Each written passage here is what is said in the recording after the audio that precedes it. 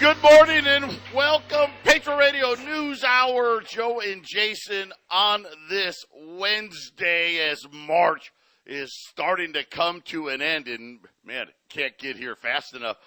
March Madness has lived up to its name. Our toll-free number, 800-951-0592. The website at allamericangold.com. And, man, it is... They're trying today, a little calm in the markets. I don't know. Credit default swaps continue to be a problem here. Even the Fed's own tracking mechanism now starting to show significant signs of weakness. This thing's not over. They've spent a lot of money. The money we know of. Fed's balance sheet wise, $394 billion. Let's call it $400 billion added to their balance sheet over the last 2 weeks. I mean, that almost takes away all of quantitative tightening, which they've been spending, the better part of a year plus. And in 2 weeks, that all went away. But again, we're going to have to wait to see. This is going to be the data from here on out is going to be very, very interesting. We're going to have to pay particular attention to the data that comes in March and obviously the April data to start to gauge what the effects of all of this are going to be. And here's the problem now. We had Credit Suisse go under. Call it what you want. Okay, they orchestrated this merger between them and UBS, and here's the problem.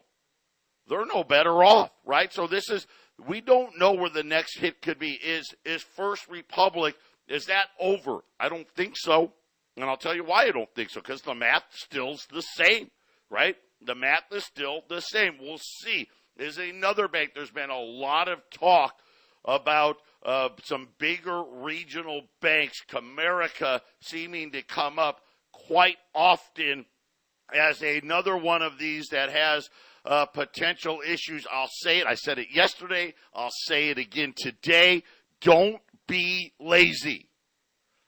Don't be lazy. If you're vulnerable, and those of you listening, you know if you're vulnerable or not. You know if you are or aren't. Don't be lazy here. I learned some new information. I met with a client of ours. He was in First Republic. And guess what? Way over where he should have been. But again, it just happened. It wasn't that, it was over time. He had sold the business, got a big check, right? He puts it there, thinks, this is where to be. Let me tell you what I learned. He was trying to get his money out, Jason, and guess what First Republic was doing? Hey, we're only going to let you take out $25,000 a day. So he had to transfer, right, day after day after day. So these are things, too, that it kind of makes Silicon Valley Bank, now all of a sudden it makes more sense, because I was like, man, how could the bank be like, every single deposit wanted out of the bank in 48 hours? Well, the chances were by that first week, by that Monday or Tuesday, why do I get the feeling Silicon Valley Bank was starting to limit, hey, we're only allowing you to take X amount of dollars out a day. And that's problematic, because I think a lot of people are like, well, you know what? Joe will talk about it, and then I'll just move it all at once. We had a caller on the half-empty cup, and we're like, yeah, you can transfer it to the other bank. Again, though, guess what? The banks can do anything they want, and all of a sudden they can just say, hey, you know what? We're only going to let you transfer out $25,000. Remember what they did in Europe. In Europe, they didn't let you do any of that. You couldn't close your account. You couldn't transfer your accounts. I mean, if it gets bad enough, you may be stuck, so don't be lazy. Right, Jason?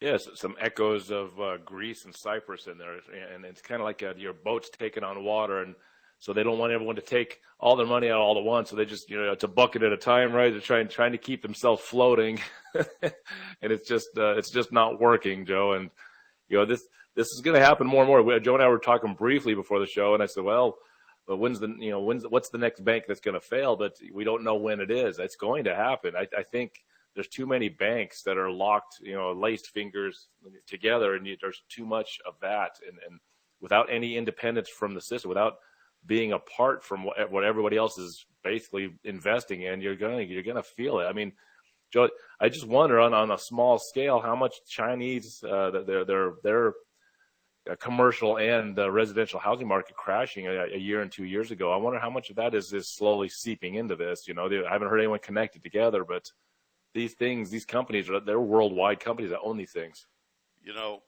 We don't know where either. So it may not start here. Right? It may not be First Republic. It may not be Silicon Valley. It could be a European bank, an Asian bank, a Japanese bank, a UK bank, right? And again, here you go, right? And it starts all over again. And now, Jason, we're worried, very, very worried with commercial real estate. When you have 20% of the commercial real estate debt, about $1 trillion coming due this year out of $5 trillion market that needs to be refinanced. And people are just, hey, there's a lot of math being done saying, nope, that math doesn't work. And companies, they're all about math, right? Hey, the math doesn't work. Hand them the keys back and walk away. And what kind of pressure? And we know these small and these mid-major banks, half of their portfolio is in commercial lending. So, again, when's the next shoe and where's the next shoe? Those are the questions. We'll be back.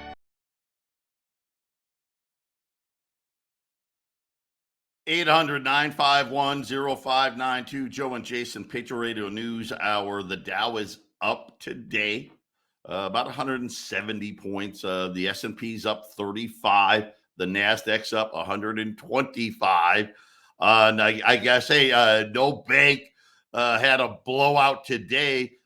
Gold's down 5. Had a big day yesterday. Gold's down 5 here, 1968. Silver is unchanged at 23.33. And Jason, guess what? The markets don't care. You can put a paper price on anything you want. The physical markets are the ones that are going to be setting the prices here. Just look at gasoline as well. We'll talk about oil in a minute, but if you're tired of all of this stuff, you got $50,000 or more to invest, but you want something outside of Wall Street. Hey, I'm looking at like we say here, you can't put all your money into gold and silver. That's idiotic. You don't do that. People don't do that. You got to stay diversified. You got to check out YRefi. I mean, this is the student loan. This is the distressed. This is people that have defaulted on their private student loans. And these, and we hear all the horror stories about student loans. And the guys over at YRefi, they've been doing this for over 47 years, but they were in this student loan debt market. They found a niche and found out, hey, guess what? A lot of these borrowers that had defaulted can pay if somebody would just treat them with a little bit of respect, right? But the banks, they look at credit score and that's it. We talked about all these banks that are getting ready to go away, and now you're going to be left dealing with these big banks, and they just go by a spreadsheet. A lot of these rules, like for investments, right? They can't touch this stuff. Our rules don't allow us. That's too risky, right? We can invest in Silicon Valley Bank, right? But we can't invest in these people. Well, YRefi does it. They do a great job of it. They're able to buy this debt at a huge, huge discount because it's at the collection agencies and whatnot. The average person that deals with YRefi has their entire student loans paid off in 8.5 years or less. You can get up to 10.25% return. Check them out. Invest, YRefi.com. The word invest, the letter Y, REFY.com, or 888-YRefi24 as another alternative and getting getting rates, Jason, better than you can get in money markets and all of those things. And again, I'll give you out a lot of people now. It's so funny. They wait until the bad stuff is happening before they reach out. But I was talking to Joey yesterday. A lot of you getting smart here, starting to call them now. Get it done. Get it done. Do it now. If Jeff Gunloch, Edward Dowd, right? If these guys are right, 60 days from today is going to look much different. Joey's number 602-909-9048. And Jason, the St. Louis Fed, they have the financial stress index. That's what they call it. This is how the Fed views the debt markets. And obviously right in the title, stress in the debt markets. And what they're saying is the stress is starting to spread. And Jason, they have this chart. They have 2001. Right? Remember, that was kind of the end of the tech bubble, right? Then, of course, we know, right, we have the financial crisis. And now all of a sudden we have I'll call it the taper tantrum, right? Right at the end of 2019, the taper tantrum. Well, guess what, Jason? The St. Louis Fed says, hey, the stress index now outside of those three events is at the highest levels. And unfortunately, they said they anticipate those levels going even higher. So once again, even the Fed knows that the stress in the credit markets is starting to spread. Yeah, I mean, when these banks started to fail a few weeks ago, looking it up and what happens when these things go on, a lot of times these banks, when they fail, the assets and everything about their holdings takes 60 to 90 days to unravel it all. So sometimes the pain doesn't really start until 60 to 90 days. So when you said 60 days, Joe, when you're talking about these guys saying 60 days,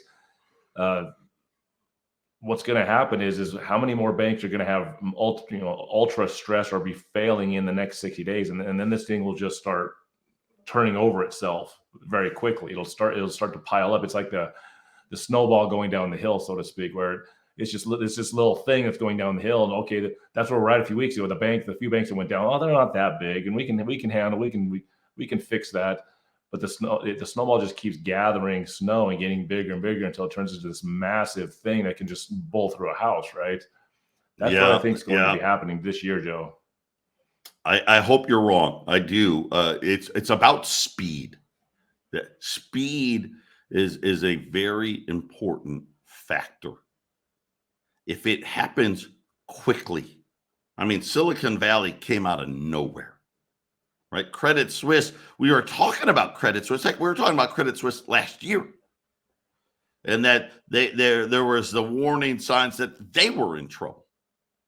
Now, the bank that acquired them, UBS, is saying, you know what, we may be in trouble, right?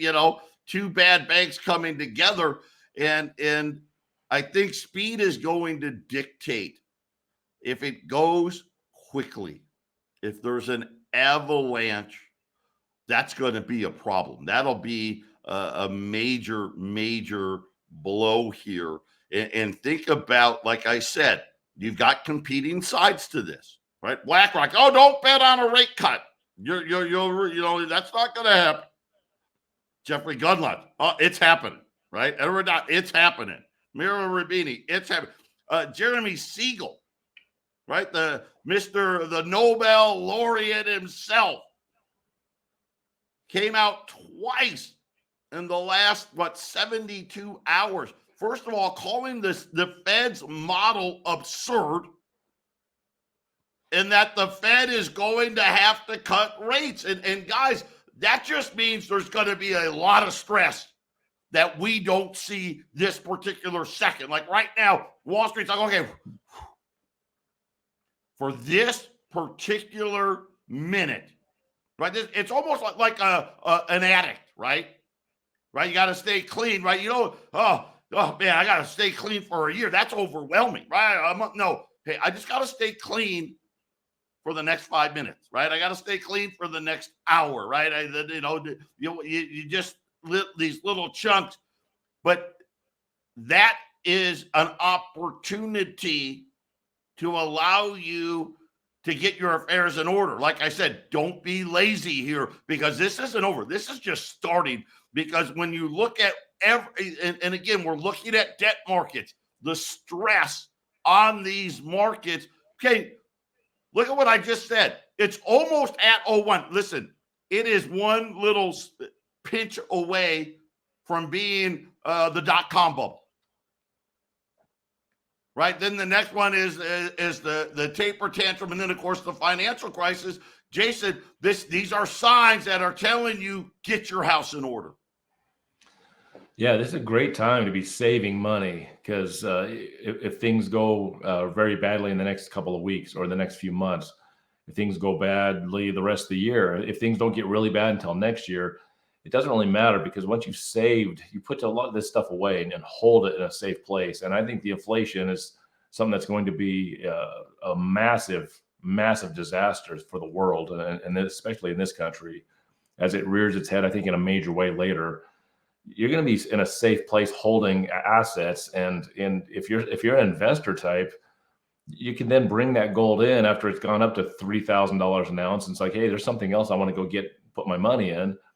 And instead of having that devalued, inflated, destroyed cash sitting in the bank or at home, you'll have kept it safe for that period of time in gold and silver. The other thing is just savings in general. You should be savings in a time like this. In an inflation-driven situation like this, having debt or adding debt to your situation is very bad. So savings is the opposite of debt. And the more of this you can do and the earlier you can do it, the more beneficial it will be to you, especially with inflation. When there's inflation like this, Joe, there's just never a better time to buy than to get it while the inflation's hot, because gold is not really an investment, so to speak. It's more of savings.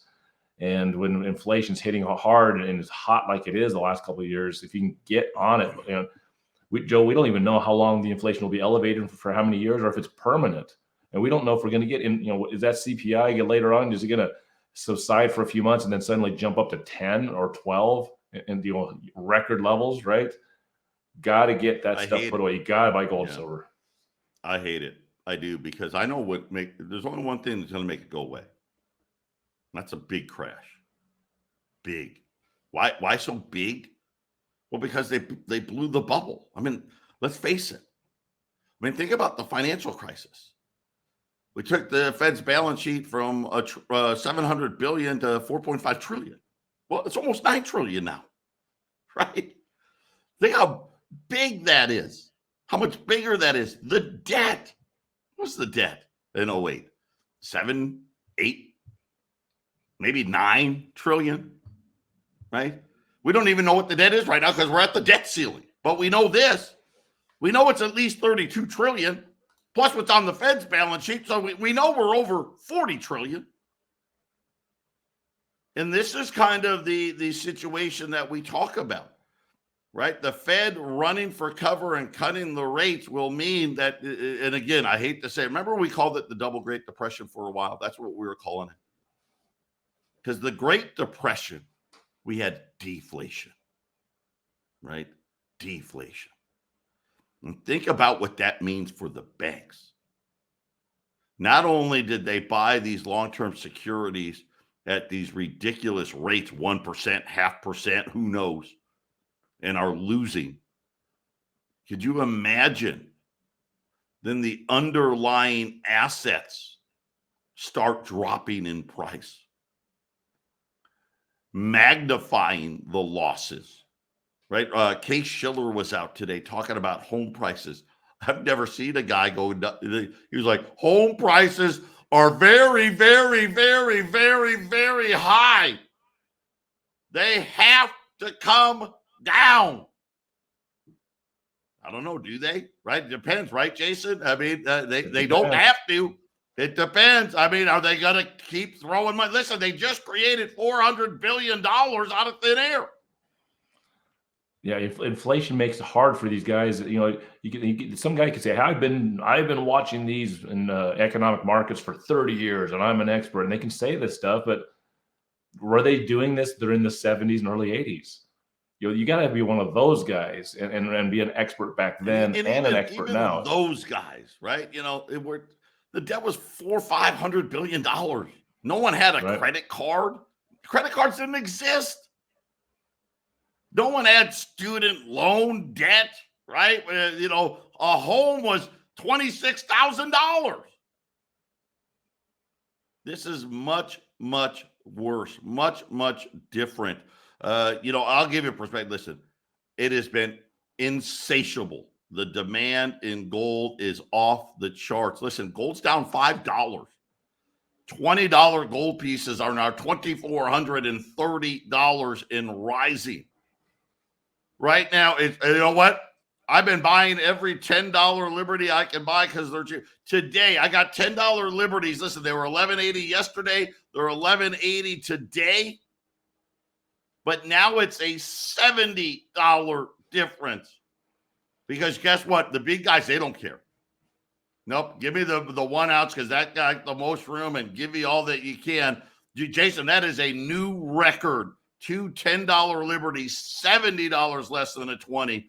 That's where you put your money. That's what we want you buying today. $10 Liberties, $1,180 at 800-951-0592.